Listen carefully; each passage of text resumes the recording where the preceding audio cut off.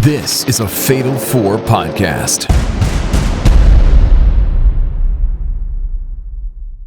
And here comes Reed. Oh, God. Full speed. Reed's caught him. He caught him with a Superman punch. Not sure if he got all of it.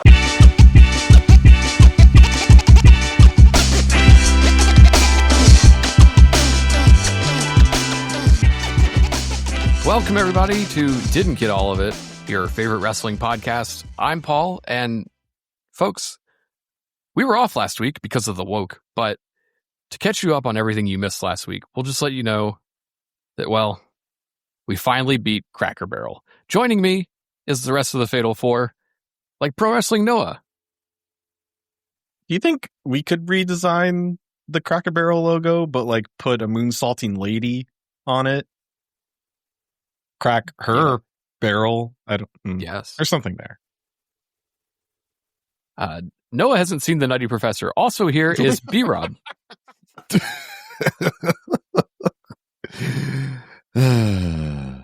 Cracker Barrel. And finally, someone who probably has eaten at a Cracker Barrel, Cody. Definitely, I have. It's quite tasty. And I was going to say, B-Rob. If it was tasty, they wouldn't be doing a rebrand. The B stands for barrel, and I'm the cracker to your barrel. So Farewell. You know, the worst part of the internet is when like something happens that everyone is aware of, and every single comment is the same fucking joke.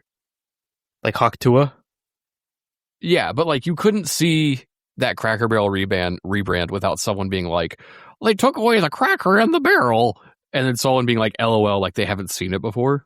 But that joke it's on fucking LinkedIn. It's everywhere. There's another one happening right now, and I can't remember what it is. Shit but posting on LinkedIn. I would say LinkedIn. Every where post memes on go to LinkedIn is just die. shit post. Every This post on economy? LinkedIn is a shit post. Yeah.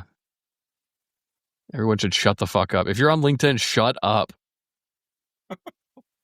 So this is like what, the second time something like this happened?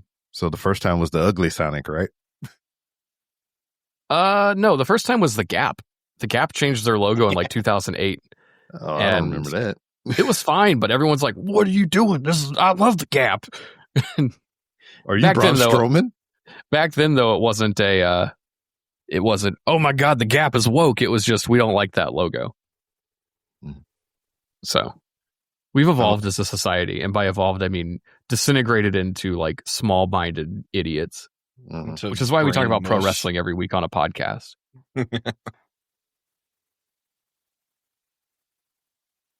Well, that's what we do on this thing right here you're listening to.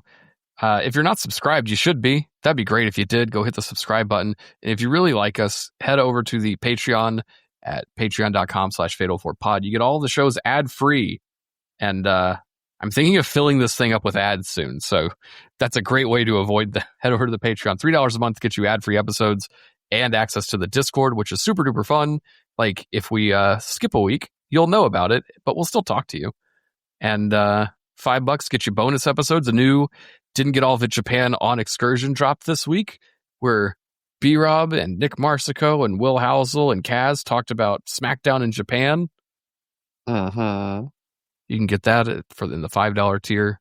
There's more stuff coming there. What else? Oh, leave us a 5-star review. That helps. Like, if you're not going to do anything, do that. Please. But leave us a 5-star review. Leave a comment. Say you like us. Say we're the most woke podcast, or we're not woke at all. Whatever works. Whatever gets us into the algorithm. Whatever gets us those numbers, baby. Yeah, we're trying to compete with Joe Rogan here. Also merch. Yeah, there's merch. If you like our shows and you want a logo of our shows, go buy a shirt. There is a shirt in the works, though, that I think everyone's going to want. I can't tell you anything about it, but there's a mock-up, and it's awesome, and you're going to want to spend your hard-earned money in this economy on it.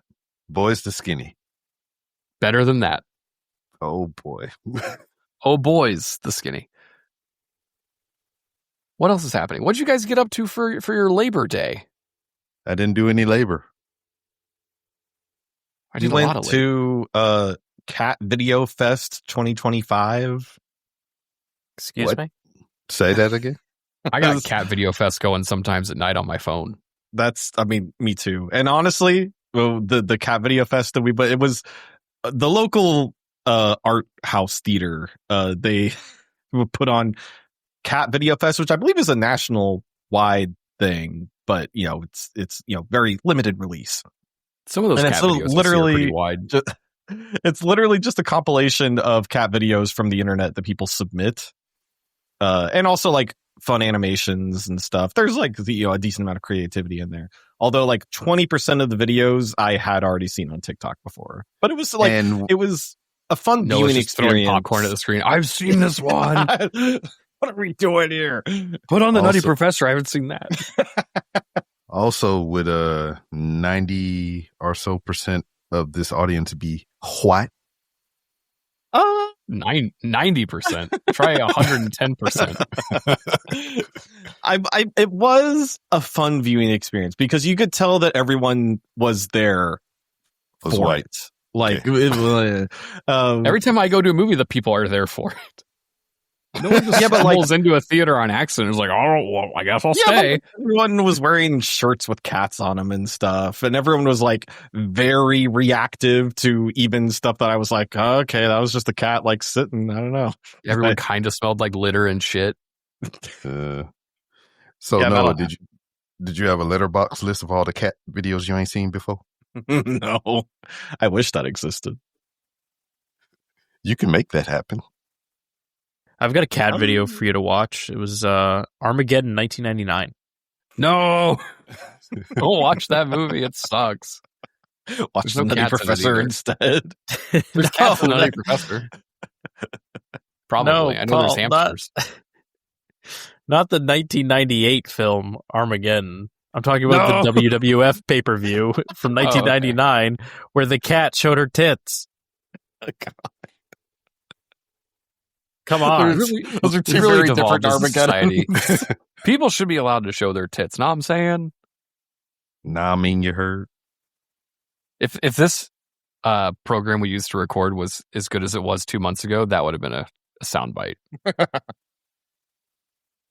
Speaking of movies I ain't seen before, y'all ever seen that movie Slackers? No. Is that Norm Macdonald? I believe. But I haven't seen it, but I was at my parents' house fixing a TV, and like the free internet channels or whatever, like the Roku channels and all whatever the fuck, right? So Roku? Yes. So Slackers came up, and the only reason I knew it was Slackers is the little the information, the lower third that shows when you change the channel, hey, this is what channel, this is what's playing. It says Slackers, and it was just a lady in there with her titties out getting felt up by some guy. And I was like, yo, in front This of my guy's parents. not slacking off at all. Yeah, right in front of my parents. And This guy's about to slack off. Oh, they've seen it before, B-Rob. Don't worry about them. Well, especially my dad. He got 13 fucking kids. Slack off's a Pokemon. Really? No, Slack King. Slack off? Yeah. Oh, Slack off. Yeah, Slack yeah. off evolves into slacking. Slacking on this damn podcast. Fuck. I mentioned this before the show, but I recently set up a new Reddit account because my last Reddit account is 15 years old and it's my name. So I should not have that. I'm going to delete it soon, but I mistakenly subscribed to Squared Circle on the new one. And I'm going to undo that real quick because one of the questions is, what are the odds of Taylor Swift ever showing up in AEW? And they're like, I've been seeing a lot of discussion about how Jeff Jarrett is really close with Taylor Swift. And I'm like, they're not fucking close. I guarantee you she does not know who he is today. What, does she babysat for him? And Yeah, when she was like 7. That's She kind of ain't like fucking irresponsible. hanging out with Jeff Jarrett today. Anyway, dumb shit like this. What a horrible, horrible subreddit. Maybe I should have just deleted Reddit altogether. So there's that Anyway, guy. what's going on in the old wrestling news, Cody? Well, we're talking a whole lot about movies. And do you know where you can watch movies? HBO Max. Letterboxd. No, you can't watch movies on Letterboxd. You could watch your list of movies on Letterboxd. That's almost as fun as watching the movies themselves. That's what I'm saying. I know. We almost didn't start the stuff because of y'all doing that shit. Turns out we have lots of lists to go through. AEW announced this week that starting with the All Out pay-per-view on September 20th, AEW will be offering their pay-per-views on HBO Max at a discounted rate of $39.99 for HBO Max subscribers. Yay. How much does That's HBO fucking Max insane. cost me already? A minimum of $10. I'm paying Like $10 a $9.99. month for John Oliver? I think that's with ads. Mhm. Oh, no, I don't have ads because come on. Mhm. I got Patreon. Why would you want that? Yeah, it's basic with ads for $10 a month. So you're getting a $10 discount, but you're paying $10 for HBO Max. It's the fucking same price. I guess it's good because that's a way to watch it. Like if someone told me tomorrow or today, actually I guess last week because this deal wasn't in effect last week, how do you watch an AEW pay-per-view? I genuinely don't know. You come to my I just show up house. at I just show up at Beer House. I mean, I could go to Hope that Beer he's House house, watching it. but like everyone's I think- talking over it. I think Yeah, you most just- I think most annoying. people were using Bleacher Report. And I think recently they let you do it on Amazon Prime. which Yeah, is they much more had to accessible. deal with Amazon. So HBO Max is good for idiots like me who used to be technologically savvy and have decided I don't want to do this technologically savvy bullshit anymore. Mhm. There was a time in my life where I built a PC, and now I'm like, fuck it, I'm just gonna have a Mac laptop, be done with all this. So now I don't know how to watch AEW, except if I wanted to, it would be on HBO Max for too much money a month. Yeah, it's just insane. Like, how could you justify paying this? I don't care how good their shows are. I don't care that they're 13 hours long, and you're basically paying, pennies on the dollar for every minute of wrestling you get. Like, it's too much money. I know there's a lot of complaints around lately that like, here's how expensive it is to be a WWE fan because you have to sign up for ESPN if you want this. You have to have some sort of cable package if you want to watch SmackDown on USA. Raw is on Netflix. You got to pay for that. But like, what if you're just a wrestling fan in general? Yeah. Like, it's way more expensive Yeah. to like everything. And here's my thing though, is while that's true about WWE, at least like I'm subscribing to all these services and I'm getting a lot of other content out of it. Mhm. And I'm not having to pay extra to get the WWE stuff. Like I'm subscribed to Netflix, so I get Raw, but I also get to watch, all the other shit that's on Netflix. And Like Dinner Time Live with David Chang. You watched sure, that, right? whatever. No.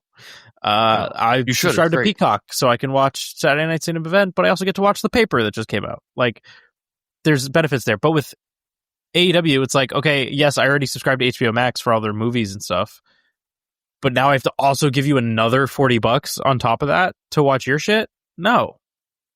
That's insane. I That don't discount like that. money's going toward the movies. It doesn't make sense. It makes sense. Everybody is after the next dollar. I mean, You it don't does make come sense. down to CEOs and rot economy of What? everything has to be perpetual growth. Mercedes Monet? Like, every single one of these companies, streaming companies, is run by some fucking guy in a suit who will fire 50% of the staff if profits are like minus 0.5% year over year.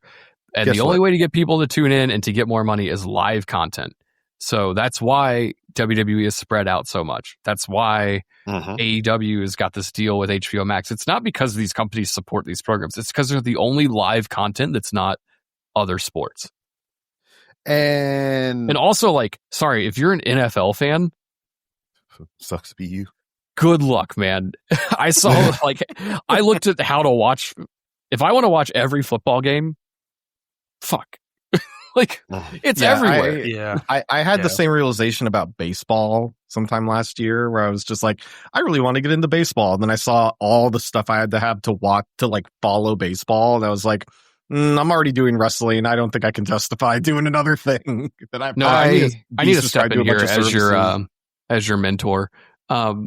You should not get into baseball as a Houstonian, and you should not get into baseball if you haven't seen the Nutty Fucking Professor.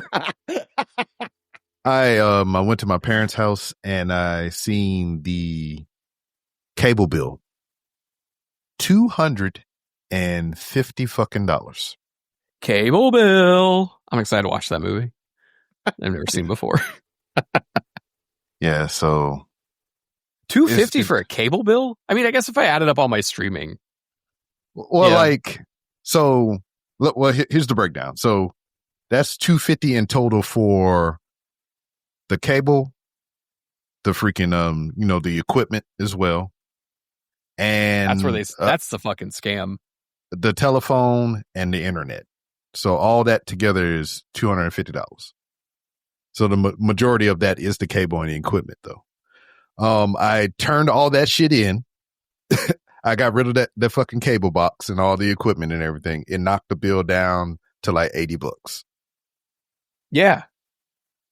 I got Spectrum Internet and TV, and Spectrum Internet. My TV is Hulu Live TV, which comes with Disney Plus and Hulu and ESPN. So what is that? 70 plus 70, 140. That's basically what cable cost when I cut the cord and switched to a different cord. Yeah, this shit is fucked. This is the way the rest. This is the way the rest of our life is going to be. It's just going to get worse. No one's fixing this. Mm-hmm. Yeah. That's it, folks. Have a nice rest of the week. Good luck or whatever. You know what? Enjoy your barrel. What could fix that though? You could just go to a place where you don't have videos to. On your favorite porn site. I mean, what? You don't have to pay a service. I mean, I guess unless you don't want ads, but you could always watch YouTube. There's wrestling on YouTube. I watch YouTube and I'm thinking about paying for it because the ads that I get on the stuff that I watch is so terrible. There's one ad where it's like this guy who's yelling at me being like, hey, you, the one who's saving money by not buying YouTube Premium. And by the time he's done talking, I can hit skip. But I want to stop that too. I've gotten one recently that's like, it's so premium. Important that you don't skip this because there was a guy that shot my kid, blah, blah, blah. I was like, that sucks. Anyway, this YouTube vlogger is telling me something cool. Yeah. Like, this feels bad. This guy's doing a speed run. Shut up. Yeah. Or it's either that or like, it's really important that you don't skip this. You might have poop inside of you that's poisoning your body. Here's a thing that you can know. That's why I poop every day. You got to get it out. You got to get it out. But what if you can't get all of it out, Paul? You have to buy the supplement. Listen to this podcast where we'll tell you about the shit that you didn't get.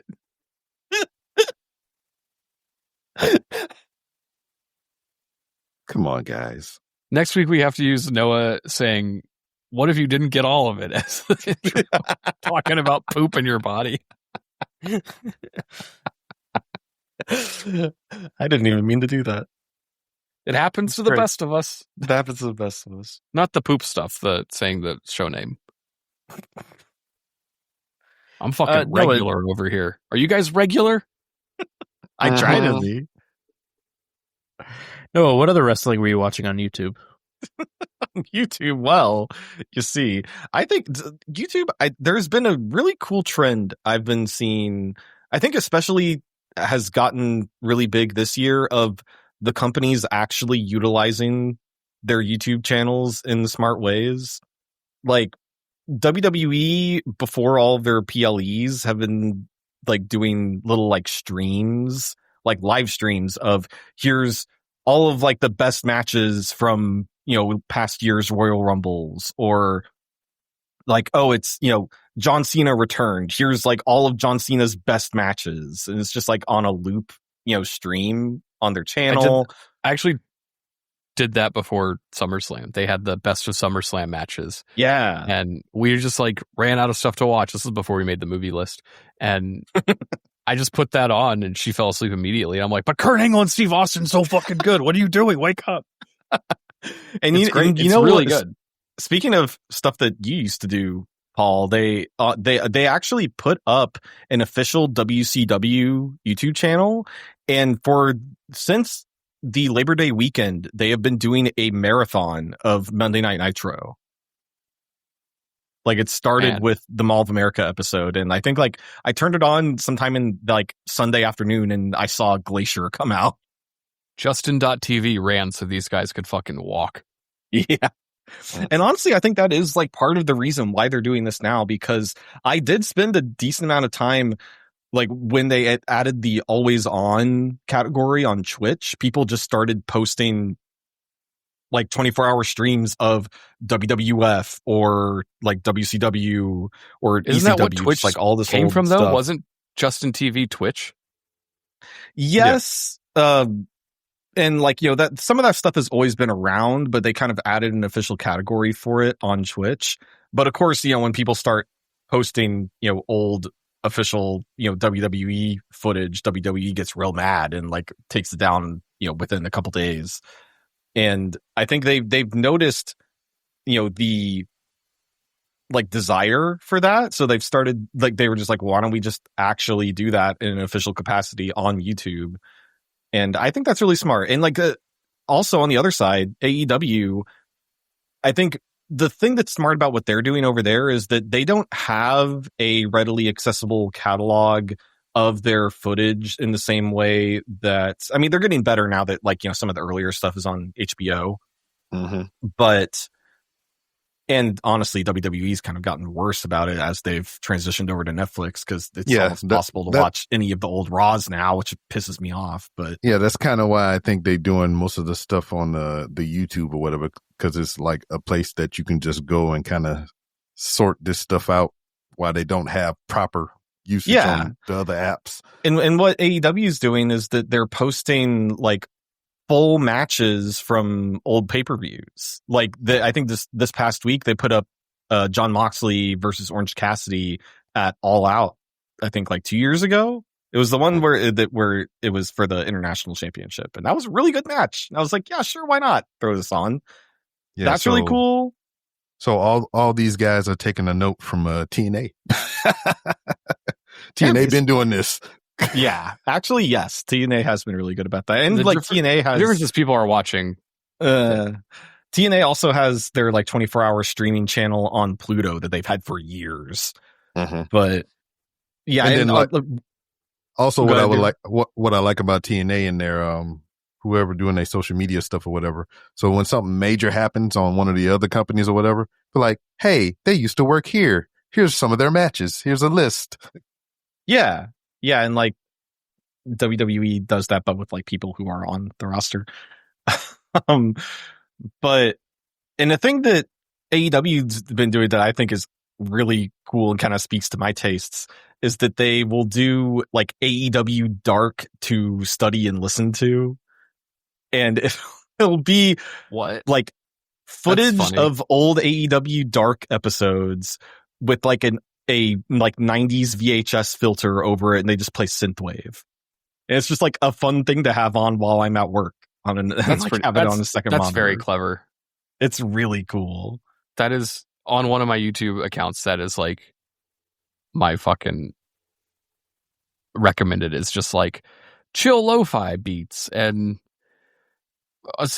this is what autumn sounds like, and it's just fucking lo-fi bullshit and a pretty picture, which are all AI generated now. They're all terrible. But what if you were listening to that, but then you looked over and it was Orange Cassidy splashing some jobber?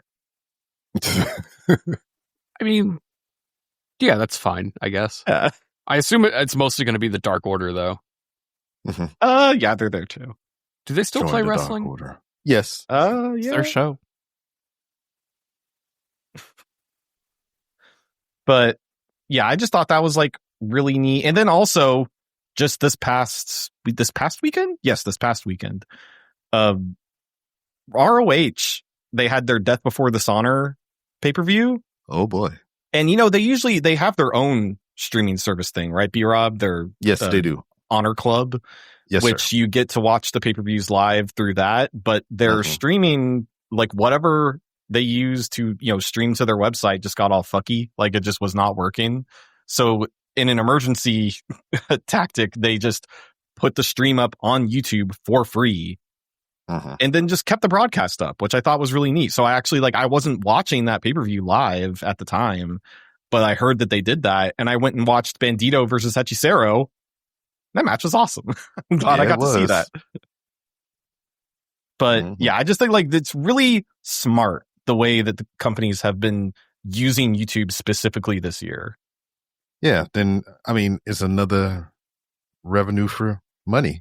Because, you monetize all this bullshit. I don't know if AAA was airing their stuff on YouTube before. Yes, they were. Well, before? I don't think before. I don't think so. No, I don't think so. Well, I've watched every single one of them because of how easy they are to watch. Yes. And same. I do think that probably brings fresh eyes to a product that are not normally there.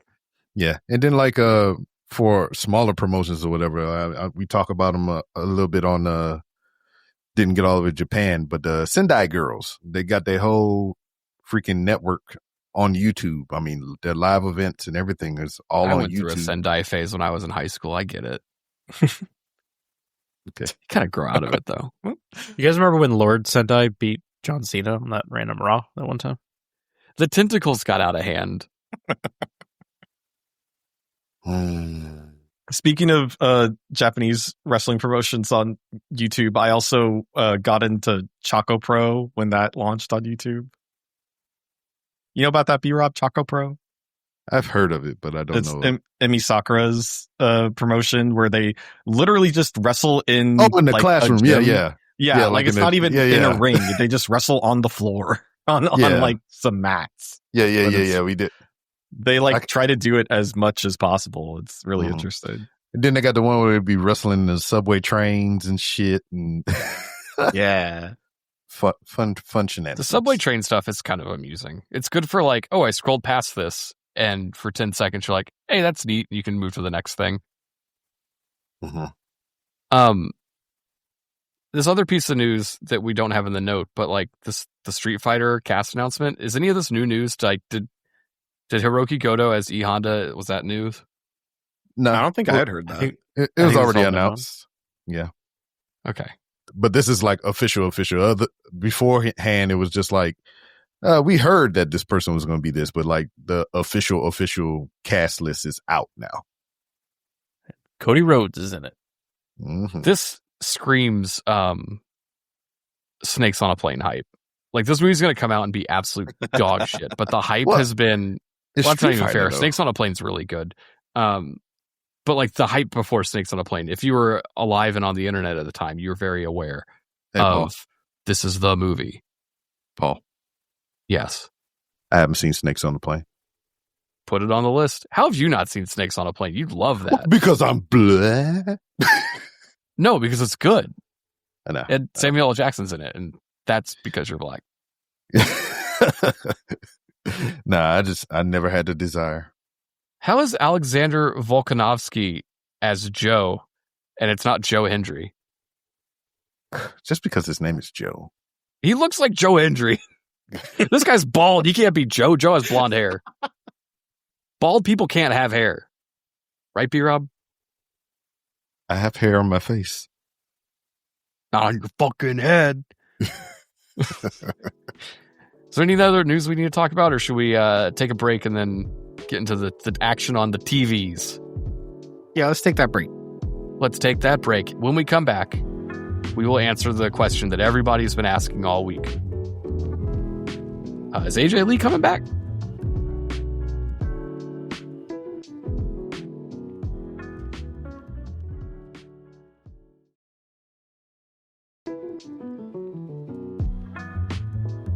Yes. But before we get to that, let's talk about, did anybody here watch SmackDown? You did. I did not. I saw something. I actually think I saw the whole thing. Was it in Paris? Yes. Did they have the Eiffel Tower? It wasn't. No, they didn't. It was in a smaller building. The Eiffel Tower shit was cool though. That was really cool. The only thing that mattered on SmackDown, Sami Zayn won the U.S. title, kind of out of the blue. Like they set up the match last week, and then he beat Solo this week. But that sure screams like, oh, we're done here with the Solo and Jacob Fatu shit. Maybe it's not. Maybe they're not done with it. They just wanted the belt out of the situation. But they should be done with it. To be fair, they should be done with it. But like, let's think about that whole program. Nobody won.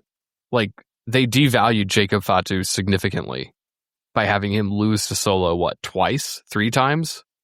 A lady? What movie is that from? Should I add that to my list? That's a Lionel Richie song. I know, but it's like, Seinfeld. it's got to be from something. I know it from Lionel Richie. Seinfeld when Newman is driving the mail truck and Kramer put the turpentine on the road and then it like ignites the mail truck under it. But before that, Newman's singing once, twice, 3 times a little. And that's where I know it from. We got to There do you a go. Seinfeld watch-along podcast. Has anyone done that? I would play the can only role of assume so. I would play the role of Kaz because I have never seen that show. What? Has Cody We might seen have to- Seinfeld? We might have to put this whole thing out unedited just so people can hear the shit that we've been talking about between breaks and before. I'm this serious. show. You should, like, honestly, because that's what this show is now. That might. I'll think about it. Actually, no. I have to edit something. But No, the blackface is fine. right. No, that's staying in. That was good. I'll think about it. That'll be a $5 Patreon tier, uncensored, unedited. Yeah, do that. episode. Yeah, do that. Yeah, do that. I don't think I've ever sat and watched a full episode of Seinfeld. It's just been a thing that's been on in the This is- background or something. Truly insane to me. I mean, All of That those was like number one sitcom in my house growing up. Like we It was always, number one like, sitcom in that'll do America. sitcom ever. Yeah. reruns would come on at like 10 o'clock every night, and me and my parents would stop whatever we were doing and just sit and watch them. I know people like argue about like what's the best sitcom ever, and it's like Friends, Seinfeld, or whatever. It is Seinfeld. Like It is Seinfeld. that Having is seen the both of most- them recently, it is Seinfeld. Friends is fun if you're into Yeah. that. I didn't care for it, but as far as like cultural significance goes and the ability to put it on today and it Yes. not like nothing like outside of the fact they don't have cell phones, you can easily get back into that mode and be like, I get it. Like it George doesn't. Costanza is as relatable today as he was in 1990, whatever. It holds up perfectly. It's just a masterful piece of content that's been created. But yeah, I was telling y'all last night, like things that fit into what we, are going through today. Enemy of the State with Will Smith and Gene Hackman. Watch that shit. It's like everything is hitting like right now. Is that a thriller? Is that what you would put it under? Michael Jackson. No, Enemy of the State. Is it a thriller or is it an action movie? That's Sounds a like little bit of action. both. Yeah, Put it under thriller. I need more movies in my thriller category. Mhm. Did you guys catch I have Jaws on my movies I haven't seen before list? That's, I mean, that movie came out in the 70s. I'm not going to say that's crazy, but like, I don't know. You should watch Jaws. It's on my list. I'll get to Oh. it eventually. Do you have Deep Blue Sea? No, what's that? I don't want to watch that. It sounds dumb. It's sharks. I don't give a fuck about sharks. You like Snake on a Plane. You like that. Snakes are not sharks, Snakes B. are It got the same motherfucker yelling doing the same shit. Snakes are not sharks. They're way different. I will never get into the fucking ocean again in my life, but I'll garden. I mean, snakes are in the water too. That's does not make me more. Only specific snakes. Not all snakes are in the water. Water Anyway, moccasin. Sami Zayn is the U.S. champion. I don't know what that means. Maybe he can feud with Aleister Black or something. That'd be cool. All right, let's get over to one of the other things happening in the world of wrestling today. The fallout from Clash at Paris, and still got the tower, Eiffel Tower on the set for Raw, which again is very cool. I liked it a lot. I didn't catch Clash at Paris except for the main event, and I'm sorry. I don't think okay. From what I understand, you didn't miss much. I don't think I missed anything because I did watch Raw and they recapped it, and I'm like, huh. None of this mattered. So, the big thing being at the end of the show, they had earlier in the Clash of Paris, they took out Roman Reigns and they beat up Jey Uso a little bit, and then they said that the Seth Riders couldn't be at the show or they'd be suspended without pay indefinitely, which didn't know you could do that. Like, these guys run roughshod over the show every week, and they're like, you got to stop beating everybody up. Why don't they just threaten them that way all the time? Anyway, so how is Seth going to overcome the odds here? Punk clearly has this match won. They even do the tease that they did both in his time in AEW and in his Raw on Netflix debut match with Seth, where he hits the GTS and then Seth bounces off the ropes and gets right into the GTS position again. Yeah. I don't give a fuck. That's so cool. And they need to put it in the video game next year. It's really cool. I love how they do it. I can't believe it took him this long to figure that out. I don't think they ever did it when he was around the first time. Anyway, Seth is about to lose, and then a masked figure shows up and hits CM Punk in the wiener, and it turns out it's Becky Lynch, which makes perfect sense because they are married, as we know, and Seth retains, and they pose together with the belt, and I assume at this point we're all like, hell yeah, surely the deal is done, right? If you weren't certain here, they did tease you on Raw that it could have been Rhea Ripley at one point. And even during that tease, I'm like, that sucks, because CM Punk and his friend taking on this married couple, it just doesn't work. And then the segment happened. CM Punk comes to the ring, says he's going to hold the show hostage until he gets Seth Rollins, and Becky Lynch comes out to Seth Rollins' music, which was fun, and she talks about how CM Punk has also ruined her life because they chanted for him when they were bored in her matches, which, damn, honestly, sounds like a you problem. Loved it. Yeah. Yeah, it does sound like a you problem, but also loved it. Like, there was that time where these women couldn't get fucking reactions for themselves at all, no matter how hard they tried. I thought this whole segment was tremendous. I also do love whenever they do an intergender promo, because they never do that stuff. And it's always interesting to see, people that you wouldn't see interacting on TV. Yeah, very rarely do those worlds intersect on WWE. Yeah, it's a shame, because they should do it more, because it's really great. Becky runs Punk down, and Punk's like, I kind of am still the best in the world. I don't give a shit. And he tries to leave, and then Seth shows up and tries to get Punk to like chase after him, but Becky keeps blocking him. And then he just sidesteps her, and then Seth runs away, and then she starts slapping the shit out of CM Punk. Yeah.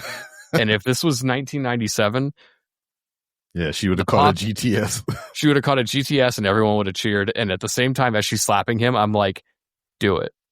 I'm not gonna be mad about it. Like, do it. She's a wrestler. Yeah. To be fair, in 97, the women catching wrestling moves were generally like managers or jerks. Valets, something like that. Yeah. At the very least today, she's a pro wrestler. She takes wrestling moves. I don't think it would be seen that terribly if he fucking did it. But it'd be shocking when Orton RKO'd Nia Jax a few years ago. Hell yeah. Right. Well, yeah. shit. I think JJ would have a fucking heart attack if it happened, but otherwise, like, it would have been great. Didn't Becky eat an end of days from Baron Corbin? Yeah, and it ruled.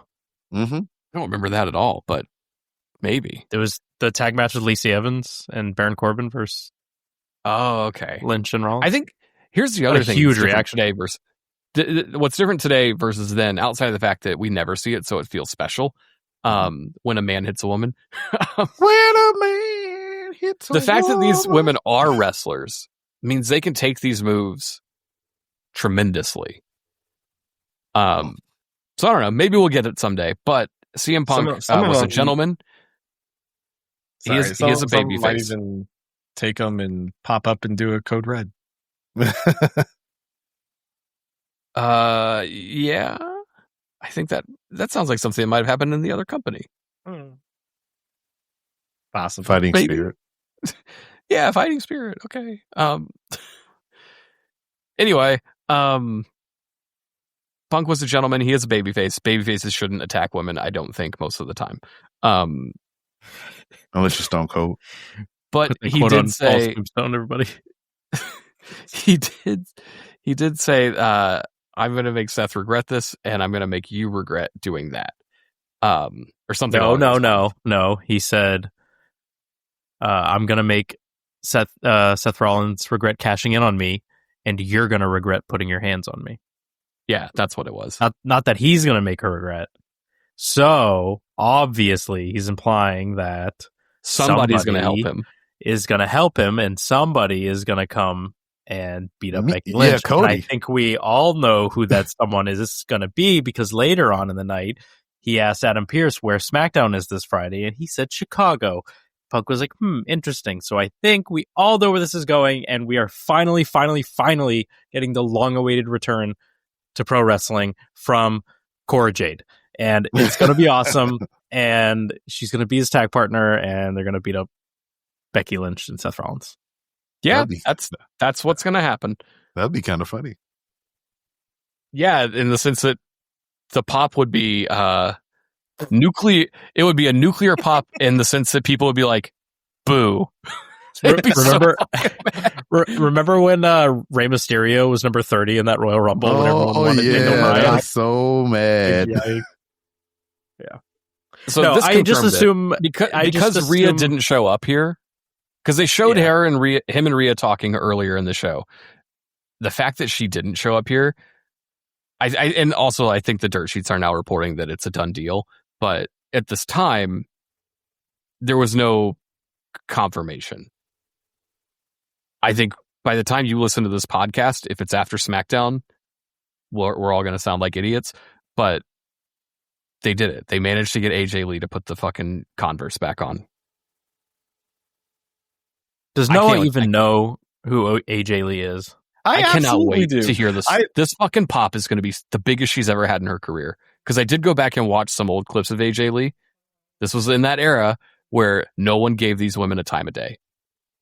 Some of them were very good, but no one fucking cared. I mean, when I got into WWE in 2011 through 2013, AJ Lee was easily the most over and engaging woman on the roster. So she was the most unique at the time for sure. Yeah. Mm-hmm. Yeah. I've seen a lot of discourse about this online this week. People underestimating AJ Lee's importance and things, and you can already see SmackDown is nearly sold out, 16,000 tickets. Insane that people are underestimating her importance when the whole fucking roster talks about her. Bailey talks about her. Yeah, I think Bailey's been around for a decade, and she's like, AJ inspired me. Yeah, there's motherfuckers that patterned their career damn near after her. I don't think it's that much of a stretch to say that AJ Lee is the most important women's wrestler in the history of the business. Hang on, let me try to cancel you out. I don't think it's a stretch. I think you can make the argument that Becky is, but I think that you can make that both arguments. But without AJ Lee, there is no Becky. That's what I mean. I'm not saying she's necessarily the most talented performer or the best in-ring performer or best promo or any singular thing, but just as an overall importance to the business, she changed everything for women. Yes, I think the bridge to be the anti-diva. She opened the door for people who, and this is going to sound really crass, so give me a second to explain, but she opened the door for unconventional girls to say, oh, I can do this. And I don't mean unconventional and that they're ugly or anything, but at the period of time, it was borderline porn star attractive women. And she created the doorway for people who are actually like normal and attractive. Let's be real. Everyone on this fucking show is attractive, but like the people that you would see wrestling before AJ were very much, if they weren't pro wrestlers, they could be doing porn. No problem. Turns out now everyone can do porn because OnlyFans exists. But at the time you had to like apply and there was a casting couch. We all know about this. But yeah, she created a world where people are like, oh, I can be a wrestler now. And yeah, I think her presence is going to be fucking huge. I saw I think it was Fightful, dumb dirt sheet bullshit being like, WWE wants this to be more than a one-off. No shit. Yeah. Like, right. No shit. She's so back. Like, let's be real. I think like she needs to be wrestling Roxanne Perez for the world title at WrestleMania. Pretty please. She needs to make the rounds on this roster of women and have matches with everybody because they all want to wrestle her. Like dream match after dream match after dream match. My hope here is that, like, we've seen pictures of her at all these like Comic Cons and book signings and stuff. She's fucking jacked. Like she's always been ripped. Yeah. She's jacked and ready to go. I hope that she's been training this whole time and there's not an ounce of like sloppiness. Well, yeah, I mean, she did the training and the refresh for the Heels series on Showtime or whatever, and then she was also a managing partner at WoW or whatnot. So I mean, I'm pretty sure she got totally forgot about that. Yeah, totally forgot about what that was. I gotta assume she's been working. Yeah, today some of the talent. I assume she's been in there with Roxanne already. Like the people that would not let this get out. Like her and Punk obviously will keep it a secret, but like they're friends and stuff. I don't know how many other returns in wrestling you can have at this point because everyone's kind of done it. Yeah, this might be like one of the biggest of all time. Yes. Yeah, and it's not like due because she had an injury or anything like that. Nothing crazy. It's just like just left and said, "I'm done." Yeah, I mean, so it'll be great. What if she's not there on SmackDown this week and they're just like, she will be here, just not today? That's gonna fucking fail so badly. She has to be there. Maybe. That's gonna be nuts. I'm just trying to like imagine that world. Like it's crazy. Like people have been wanting her back since CM Punk returned in AEW. Been wanting her back since she left. That too. But like, it's crazy to think, one, that I guess because CM Punk hated AEW so much that even he was probably not like, come back. He was probably like, just stay home. I'll get the paycheck. Don't worry. But now that he's such a corporate stooge and seems to be loving life, I can't imagine he doesn't go home and be like, you got to come play. It's so fun. Which is insane. The CM Punk turnaround is so bonkers. I think this is going to be the first time that I am like looking forward to sitting at home on a Friday and watching SmackDown Live in like literally years. I know there was talk about this in the Discord, which I told you how to sign up for at the beginning of the show. Go back and listen.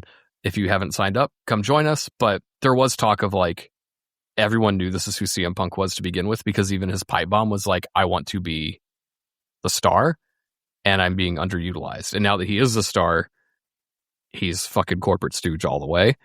The difference being now is like, he was that way in AEW, but everyone in the back, it seemed like they all hated each other. And that's not the case here. So like, what a world we've fallen into.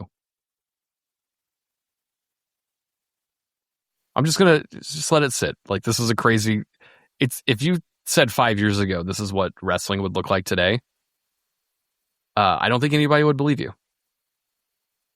Yeah, I'd say that since what was it, like 2021, or was it 2022? Like when Punk came back to AEW was when that was like that really crazy year of wrestling news that happened all at once. And it kind of hasn't slowed down since. Like wrestling has like year over year been pretty crazy. And I'd say the headlines have slowed down. There was a period of time where like every week something fucking nuts was happening, but the monumental stuff of wrestling that has happened keeps amping up. But like, think back when they announced the AEW thing at whatever that hotel like pool was or whatever, and they announced like half the roster and Chris Jericho was there. If someone said, "Hey, this company, I'm from the future, and this company you're watching debut is going to start really hot, and they're going to get some big signings, and then they're going to get CM Punk out of retirement," somebody would be like, "No, they're fucking not." Immediately. Yeah, that's crazy. The first thing you're going to get is like, "No, they're not." And then you're like, "Yes, they are. Let me continue." He's going to hate it so much there that they're going to fire him after he fights somebody. After he fights Jack or fucking, what's his name? Yeah, Jack Terry. No, this dad. Fucking, he's gonna Luke Perry. He's gonna beat up Luke Perry's son, and everyone's gonna be like, "Who?" And they're gonna fire him, and he's immediately gonna return to WWE and be seemingly the best behaved boy of all time. And they're like, "Okay, I don't believe you." And they're like, Don't stop me now. AJ Lee's gonna return as well." They would shoot you. If you were from the future and you told them all this, you would be shot dead. Taken to jail. And, like, and as you're dying, you'll be like, wait, let me tell you about the pandemic. And then it's too late.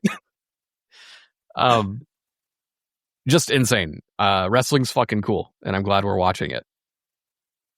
Do you guys want to... I think we're done with the AJ Lee stuff. I assume that we're getting... Maybe this is happening at Wrestlepalooza. AJ and Punk versus Seth and Becky. Definitely. Because if you think about the timeline, you do the tag match there. You can't get to Punk and Seth because that's going to be part of the War Games bullshit. You can get AJ and Becky at Survivor Series as a one-on-one. But let's talk about these two pay-per-views coming up, because we have Wrestlepalooza and All Out on the same day. And Wrestlepalooza is now, well, is still at 7 p.m. Eastern.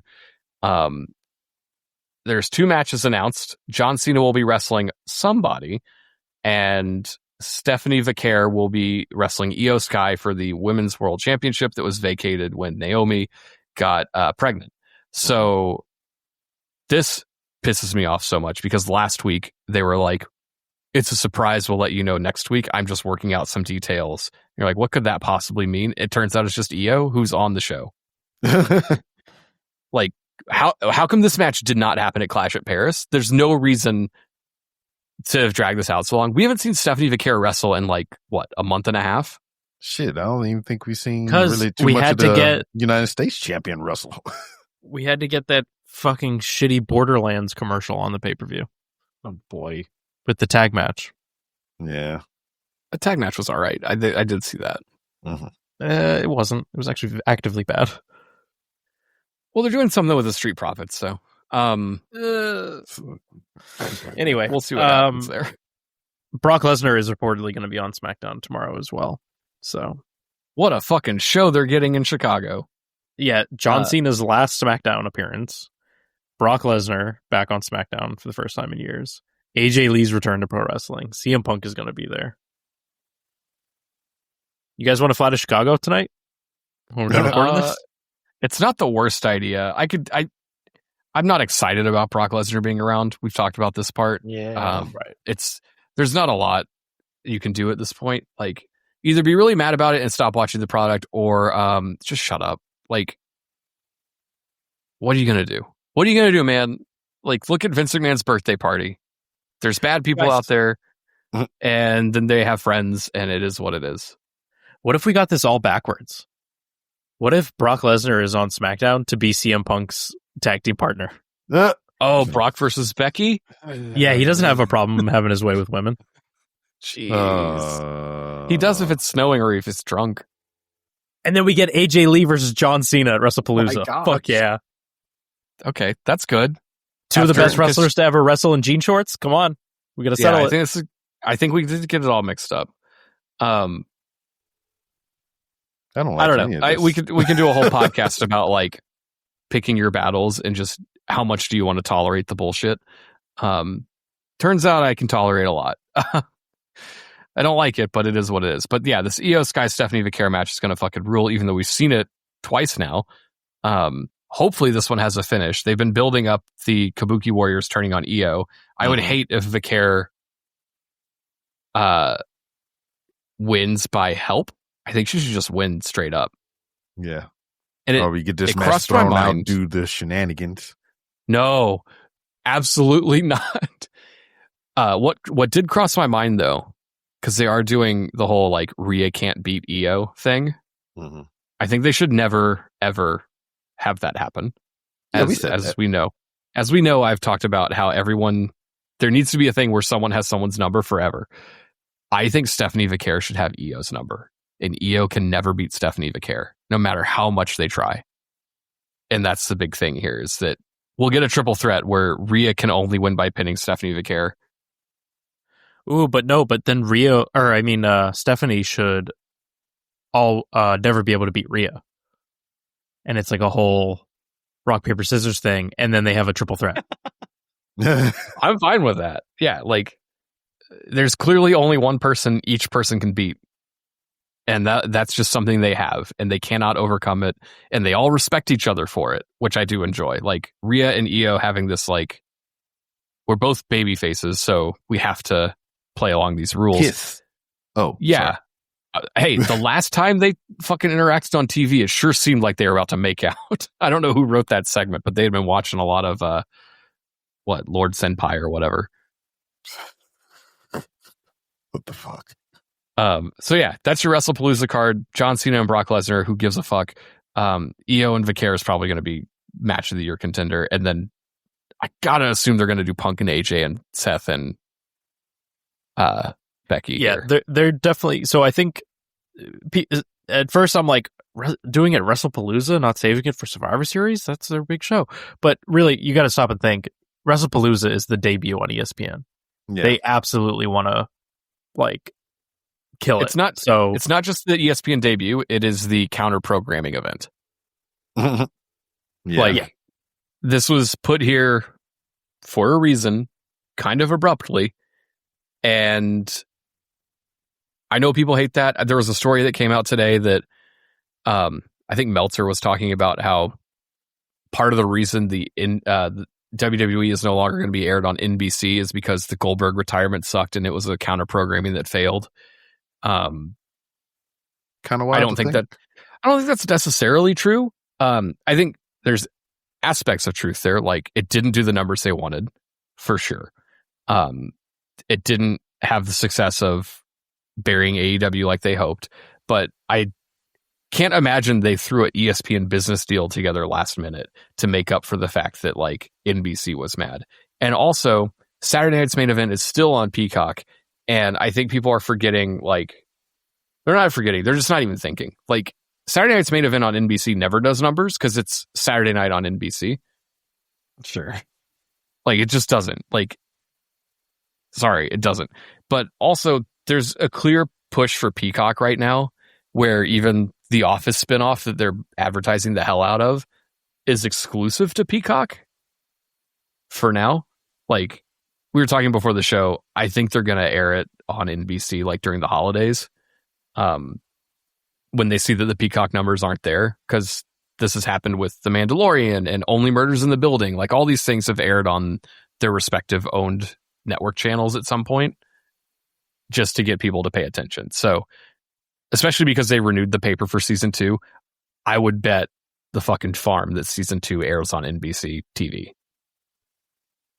But there's clearly a push here for people to sign up for Peacock, and taking wrestling off of TV is a push to keep the people around, especially because all the pay-per-views are leaving. Mm-hmm. Anyway, that was a long tangent on using critical thinking. Speaking of people doing critical thinking, AEW was smart to start All Out earlier. This was news that came out this week. They moved All Out to 3 p.m. instead of 7, so they're not going head-to-head for the whole time. I don't know. I still think these people want them to be competitors, but they don't want them to actually compete. Is the discourse I'm understanding? Like, everyone hates when WWE's like, we're going to counter program them, and they're like, fuck you, you're being mean to my wrestling program. But also, they're like, I really want them to compete with each other. So, this is good. Now you can watch wrestling all fucking day, which is cool. Over at AEW All Out, they have a couple matches on the card. First being Adam Copeland and Christian taking on FTR. Don't care. I mean, it'll be big in Toronto. It's big for them. Wait, was this a stipulation match? I don't think so. And this isn't even this weekend, by the way. We're just going through what's already been announced. If they want to attach a loser leaves town to it, I think you know who's winning. I still do believe this could be at least Adam Copeland and Christian's last match in AEW. So we'll see. Do they let them go out on top in their hometown? You would think so. Especially if they're leaving. Yeah. If they're leaving, I think they lose after hopefully the hardest match they've worked in a long time. To put over FTR? Yeah. Yeah, I mean, but the worst part about this is this is 4 guys who are working a program as friends together. FTR winning does nothing for them. Yeah. And Edge and Christian winning does nothing for them. It's just a match for the boys. Well, yeah, I mean, freaking Edge even said it in multiple interviews. He's like, he came there to be with his friend so they could retire together. And by retire I don't think together, they're I mean go back to WWE. I fully expect them back in WWE next year if their contracts don't get renewed. You know what's crazy? Not too long from now, you're going to have the Dudleys and the Hardys in the fucking TLC match. And we got Edge and Christian running around as a tag team in another company somewhere. Run it back at Mania. Get the old guys in there with their fucking... It's a TLC match, but the C's are all WCs, wheelchairs. And the ladders are step ladders. And the tables are buffet tables. It's an old people match. This match brought to you by AARP. Golden Corral. Yeah, I don't know what's happening here, but I am intrigued by it. And then you got the Hurt Syndicate with MVP wrestling against Ricochet and the Gates of Agony. This has been fun, this angle that they've been doing with Ricochet and the Hurt Syndicate. Really digging back deep, and by deep I mean like a handful of months back to when the Hurt Syndicate rejected Ricochet, and now he's, coming back for his pound of about flesh. it, yeah. Yeah. It's been good. And what else we got here? Riho has emerged from hiding, and she will be wrestling Mercedes Moné. Yeah. That's going to be fun. Sorry. I know people have opinions about Riho. She will be losing to Mercedes Moné on this show. Sure. Yes. Yeah. I mean, that's definitely what's happening, but I like when Riho shows up. I'm a big Riho fan. I think that it's novel because, she was the original women's AEW world champion, but also she's just so small. And it's fun to see her wrestle. So is people. Mercedes. You're like, how is she small. going to wrestle someone when she's so small? That is true. She is closer to size with Mercedes. Big small girl battle. Yeah. And the last piece on this that came out right before we started taping was that Kenny Omega is expected to miss this show. Bummer. I think if you watched Dynamite, that was pretty clear because they wrote him off at the end of it. Which feels like they do quite often these days because he is so hurt that he has to miss stuff frequently. Yeah. Which is a shame. I would rather they write them off because they're hurt and they have to miss stuff frequently, and not because they're Roman Reigns and they don't know how to book them as a regular talent on the show. Well, I think in Kenny's... Because they wrote Roman Reigns off too because he's got to go film a movie that Cody's been filming. And he's just Roman Reigns. Yeah. Whereas for Kenny, it's because he has diverticulitis or is just fucked up in numerous ways, anatomically speaking. Yeah, he addressed it on his Twitter account. I'm trying to pull it up, but it's X. It's stupid. The server, not the comment. According to Post Wrestling, he's scheduled to go to Japan for something. So I don't know. I'd have to ask my didn't get all of Japan folks what the hell's going on here. Japan correspondents. Yeah, specialized hospital visits and work that has been planned for a year. But sure, let's bait the trolls. Just important that I can't see the rest of this. It got cut off here. I can't pull up the damn Twitter. He was mad at people saying stuff. Yeah, per usual. But I Here mean, I got it on our Discord. Yeah, time off. He says specialized hospital visits and work that have been planned for a year. But sure, let's bait the trolls. I'm just trying to improve what I can and represent the company in a positive way while not performing. Don't be misleading with headlines, please, and think. Okay. Yeah, and if he's going to Japan, it might have something to do with Tanahashi's retirement. Yeah. Maybe. Possibly. Well, that is all of the TV talk. I think the biggest takeaway here is we love wrestling. And you might think, wow, these guys sure have been talking a long time about how much they love pro wrestling. Surely this is the end of the show. Nope. Psych. We'll be back right after this with all the stuff we liked this week that we haven't talked about yet. Things we watched before. I am going to complain about wrestling. I am going to complain about something. Of course.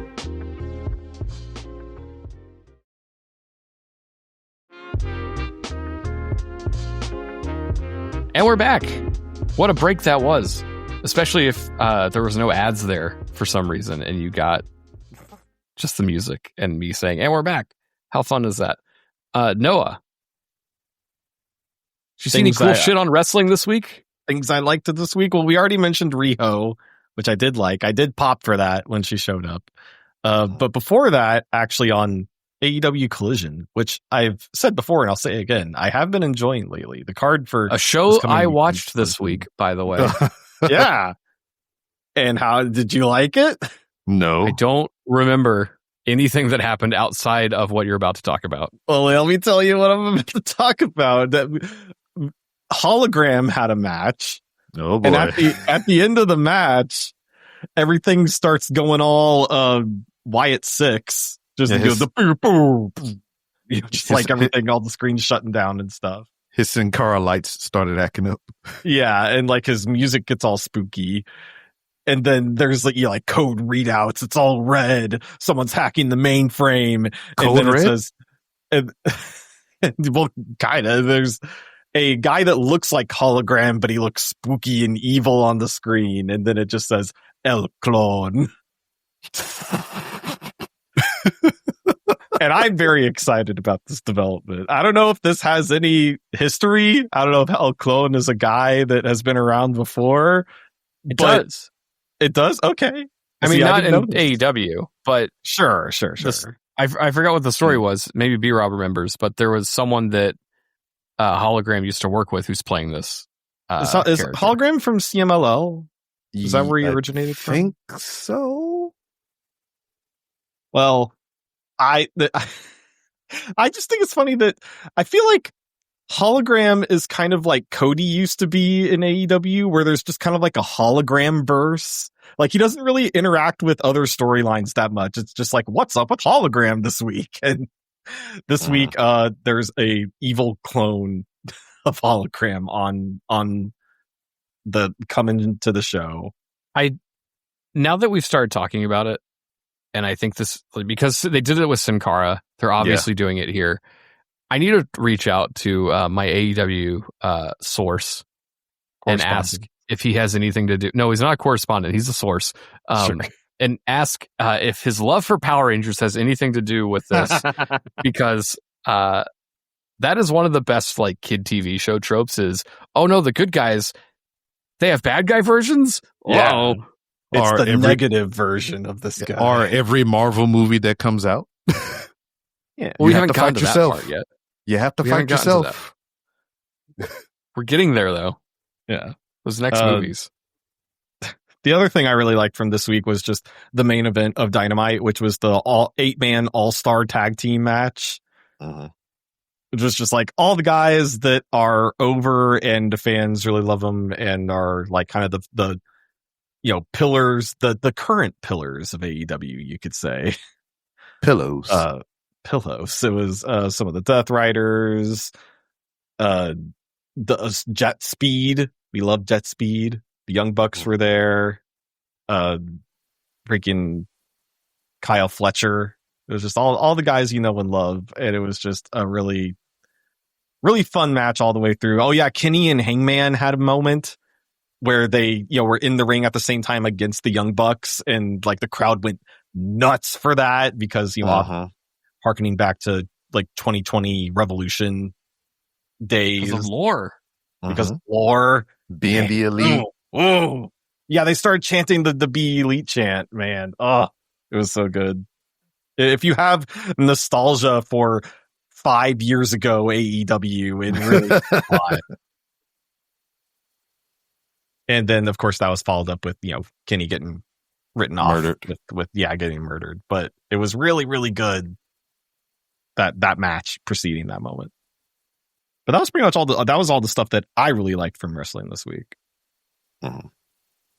Well, I'll take it to another place. Because I watched Raw, as I do. I also watched NXT and was not expecting to talk about it. But when I started thinking about stuff I enjoyed this week, two things popped out from NXT. I'm going to do this before I talk about Raw.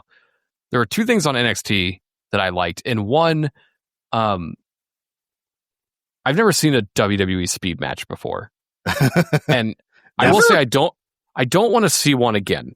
But what I did like was they did Candice LeRae versus Xia Brookside. Yeah. And I was like, oh shit, they re-signed Xia Brookside? Because I remember she was part of NXT UK during COVID, and then she also talked about how vaccines don't work during COVID.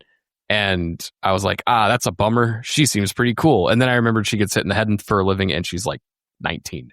So maybe don't hold that against her. She and Candice had a very fun sprint of a speed match. And my favorite thing about this was that every minute they change the lights and they play a sound effect of like cars zooming by or something, because the time's running out. So it starts green and then goes yellow and then goes red. And my big takeaway from this was that Xia Brookside should be re-signed because she has more star power than every single woman member of the roster on NXT. She wrestled with presence. She looked like she belonged, and her music felt like she's a star. And they should get her out of TNA as quickly as possible. And also the same company. Yeah. And also Candice LeRae rules. Yeah. I did not want to see them wrestle for 3 minutes. I wanted to see them go 10. The other thing from NXT that was a hoot was you like it. I don't like it. It's a genuinely horrible show. You love it. You love talking about it. I've picked two things out of the show. One is 3 minutes long, and the other one is 5. So the show is 2 hours. So 8 minutes out of 2. What is that? A 10th of the show? A 16th? I don't know how to do math. But Trick Williams came out because he's the TNA champion still. And he talked about being the best NXT champion of all time and said that nobody from the past has bothered to step to me. I guess because they know I'm right. And old DIY music hit, and old DIY came out, and that's it. Not heel DIY, but babyface. No, DIY? full on babyface with their old theme music that's good-ish. I was kind of hoping they would have come out separately. I wanted to hear "No One Will Survive." Yes. Oh God, it's been so long. I don't know what they're getting at here. They just kind of had like a one-upsmanship promo, and then both of them attacked him.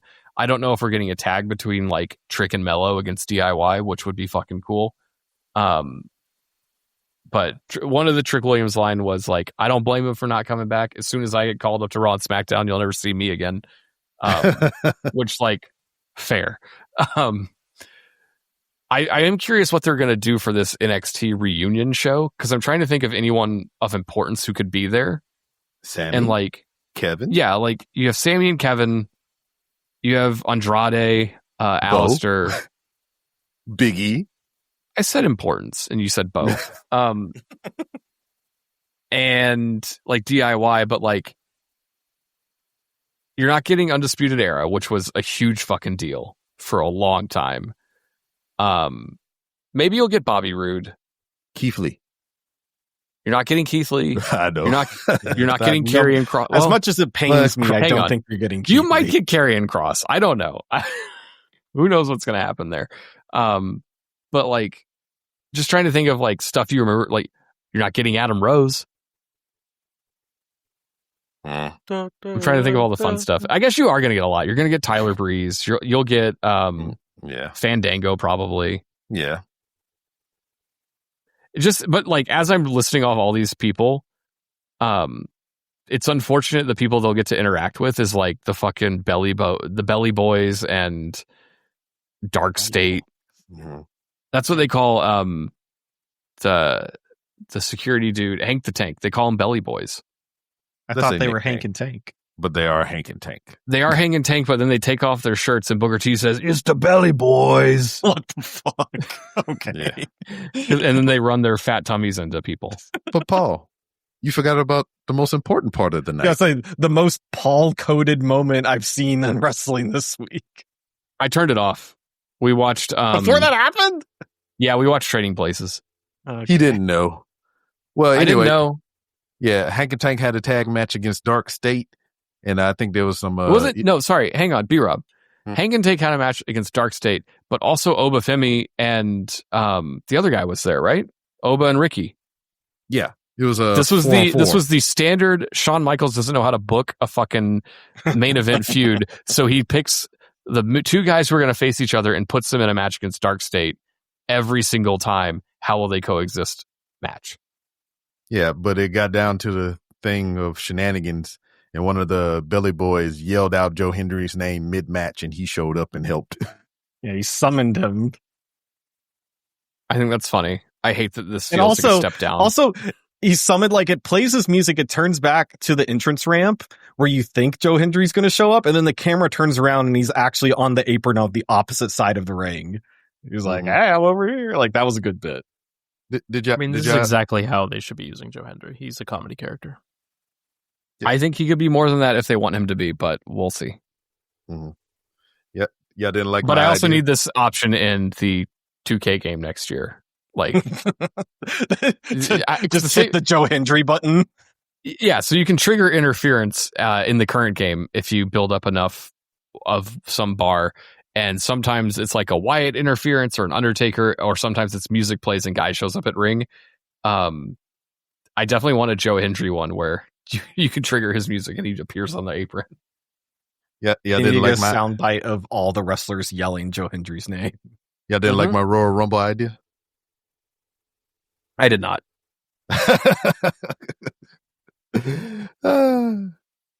The only other thing I wanted to talk about that I really enjoyed this week was the AJ Styles against Dominic Mysterio match on Raw. To a point. I did not realize how much Paris loved AJ Styles.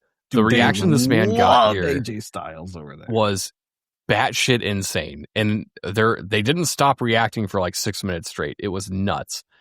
To the point where I was like, if he wasn't going to win, they should call an audible right now and fix it.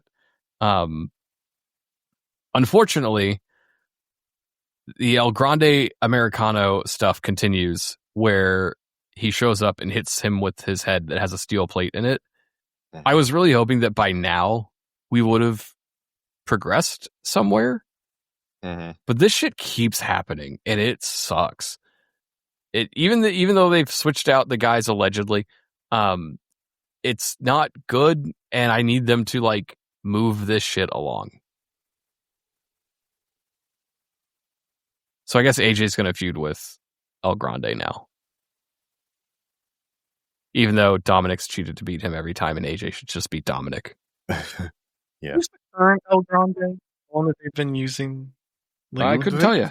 It's the same guy. Right. Of course, that's silly. I think he's from AAA. Mm-hmm. B-Rob, Yeah, did they you love like him anything there. this week? There's nothing in the note, so I assume you hated all of wrestling. Yeah, Cody can go ahead. Okay. I liked some things. Clash of Paris was okay. It was a okay show. There were two things that really stood out for me. And one of them was the Becky Lynch Nikki Bella match. I really liked it. I think Nikki Bella is amazing. Until she whiffed that kick. No, but that's the thing, is that was great. Because the whole match just felt like a struggle and felt real. And yeah, obviously it was a mess up. I don't know if Nikki went too fast. Becky wasn't in position. Oh, no. at the I'll time. just talk about that particular Whatever. moment. I ain't talking about, I'm not shitting on the match. I'm just like that particular moment. No, I know, but I'm saying that moment fucking ruled because it makes wrestling look real. Like, Nikki went to go do a kick and Becky wasn't there, so she missed. Like, that's the thing that could happen. It would have been a disaster if Becky, because you could tell Becky hesitated on whether or not to sell it, because she kind of was like, and then she elected not to sell it, which was the right move. If she had sold it, yeah, then we'd be saying that was a very unfortunate moment. Laura Sullivan selling the black mass that missed. Yeah. But I thought the fact that she didn't sell it and they just moved right along, I thought it looked really cool. And the whole match just was a lot of back and forth. They never stopped. Nikki Bella did not even break a sweat. Like, she looked amazing this whole time. Underhydrated, maybe. And like Becky looked like she had gone through hell. So I don't know. I was really impressed with Nikki's performance. And I liked Nikki Bella pulling out the STF, calling it the Fearless Lock. Look way better than Cena's. If we're taking a moment to objectify women here, which it sounded like you were, I do want to agree. Nikki Bella's always been pretty. She's on another level right now, physically, and I respect it. Yeah, she looks great. And then the other thing I want to talk about is John Cena versus Logan Paul. I thought this was fantastic. The best Logan Paul match in a long time. Really? One of the best Cena matches this year. It wasn't as good as the Cody match last pay-per-view, but this was a lot of fun. I liked the story they were telling. I'm not entirely sure that I fully understand the story they were telling. Like, it was very interesting that Logan Paul kept pulling out, like, I mean, he's always done this thing where he uses other superstars' moves, which makes sense. Like, he's a celebrity who got into wrestling and he's just absorbing everything he sees. So he's stealing other people's moves. Like, I like that aspect of his game.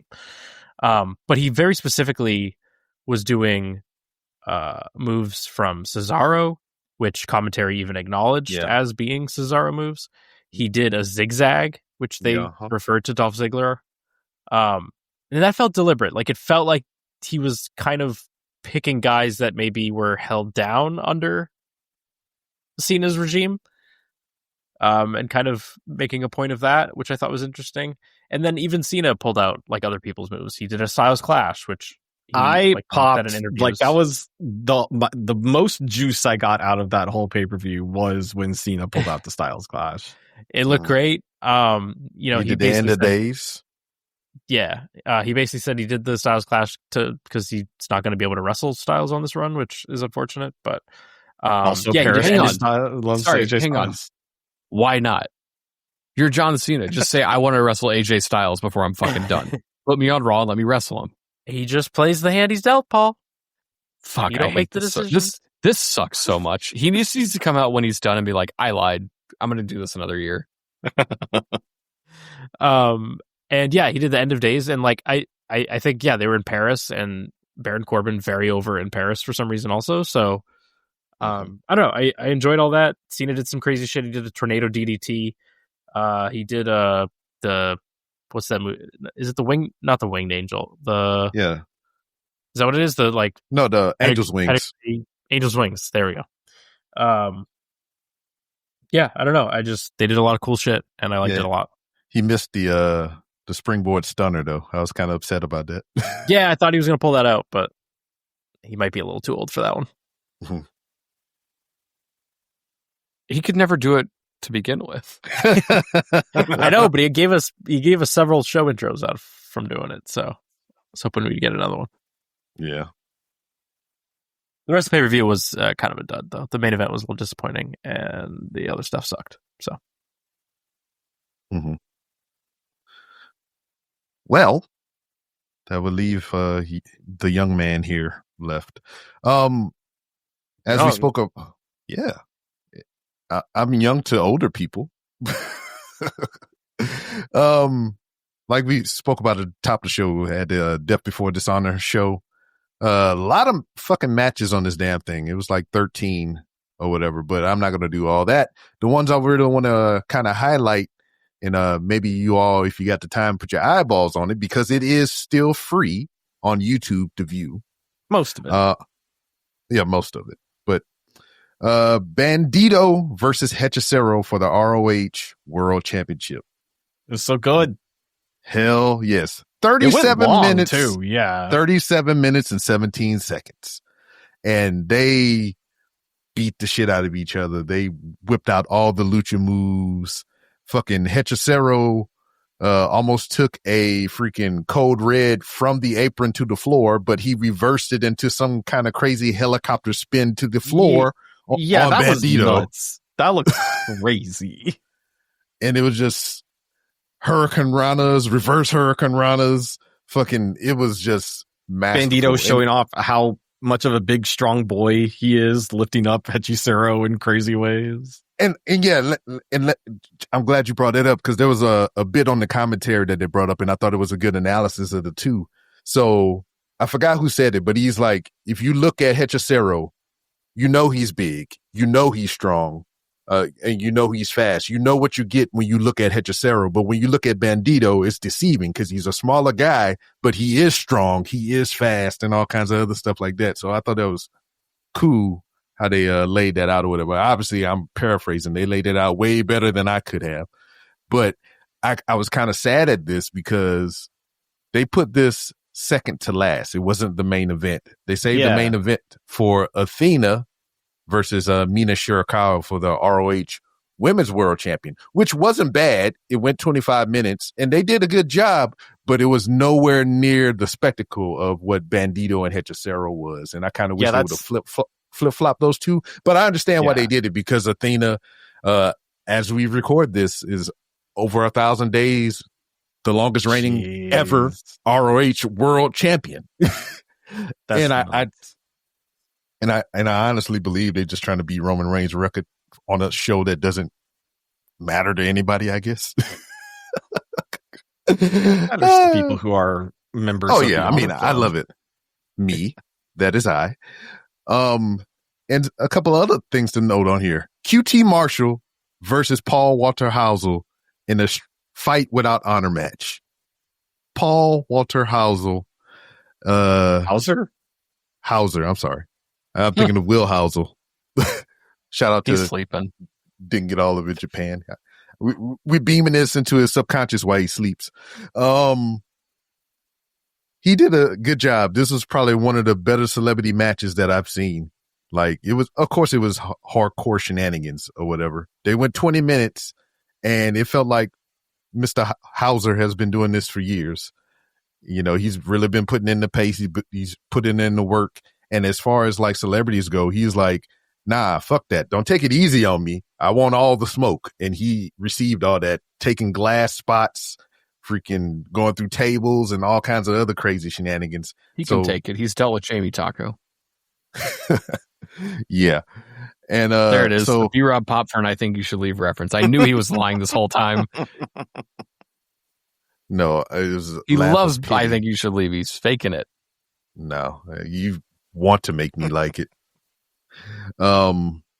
Insane career this Paul Walter Hauser has had. And then it's like, I can't remember the shit that he got the awards for or whatever. but I know he was on that suck ass show. And then I also know that he was in that new, Warfare movie Noah saw, right? Did you see Was he? Warfare? I saw Warfare. Yeah, he was in Warfare. Everything now. He was in Warfare. Fascinating. And you saw it. You didn't? I don't recall seeing him, but I believe you. I don't know. Maybe I'm wrong. Probably am. Anyway, other than that, the last thing I would say would be the tag match for the vacant ROH World Tag Team titles. So there were 2 vacant title matches here tonight, and it was for the ROH 6-man titles and for the ROH tag titles. Vacant because Dustin Rhodes held both of those titles. Tag titles with Sammy Guevara, and he also held the 6-man with the goddamn Von Erichs or whatever. So, he's out getting double knee surgery and all kind of other bullshit. So they vacated the titles, and here on the show, they did matches to crown new champions or whatever. So Sammy teamed with the Von Erichs to try to win these back against Shane Taylor Promotions, I'm sorry. And STP wind up winning the 6-man. And the interesting turn of events, Sammy was vying for the tag team titles, but he didn't have a partner, obviously, because Dustin is out. And his partner of mystery was Roosh. And they did a masterful job, because if you watch the 6-man earlier in the show, the crowd hates Sammy Guevara. They booed him out of the building, and he was on the babyface team. And they just booed the shit out of him. And then later on in the night, when he came out and Roosh was his tag partner, it fit because Roosh is a heel, and they won the tag team titles, and they pretty much jacketed in freaking Sammy Guevara into LIJ, LJI, or whatever the fuck they call him over here. And yeah, pretty cool. Is there because a reason for the Sammy hate currently? Because he's Sammy Guevara. That's fair. You know what? I retract my question. Yeah, so there it is. That's Death Before Dishonor. Fun show. 13 fucking matches. 4 of them, which was the pre-show stuff. They had a tournament for the Pure Women's Championship here. Had some advances. I think Queen Aminata went over, and there's some other stuff going on. So, yeah, fun show. Listen to the ones that I said watch. Watch the ones that I said listen to. There you go. I'm drunk. You said that last one made less sense. Before I say the thing that plays the music, folks, I don't know if you noticed, we did shift the format a little bit. If you've made it this far, let us know what you think in the Discord or the comments or whatever. Contact us however you do. But in the meantime, we didn't get all of it.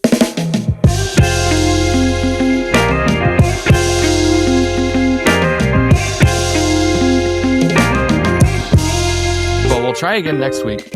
In the meantime, catch us on the Discord. Patreon.com/Fatal4Pod. Go to Fatal4Pod.com. Get all the details there to listen to all the other podcasts. New Ultimate Dragon Ball drops tomorrow on Saturday. And Noah, are you doing a video game podcast this week? I am. Yay! All right. Tell me about that James Bond thing that I watched that looks so fucking cool, and I'm going to buy a $300 golden gun. I'll tell you after I tell you about Silk Song, which I will probably start playing after we're done recording this podcast. Amazing. Fatal4Pod.com, all the things. That's it. See you guys. Well, I won't, but you guys will see everyone next week. Bye. You've been listening to a Fatal 4 podcast. Subscribe today wherever you get your podcasts, and visit Fatal4Pod.com for more episodes, merchandise, and info on the Patreon.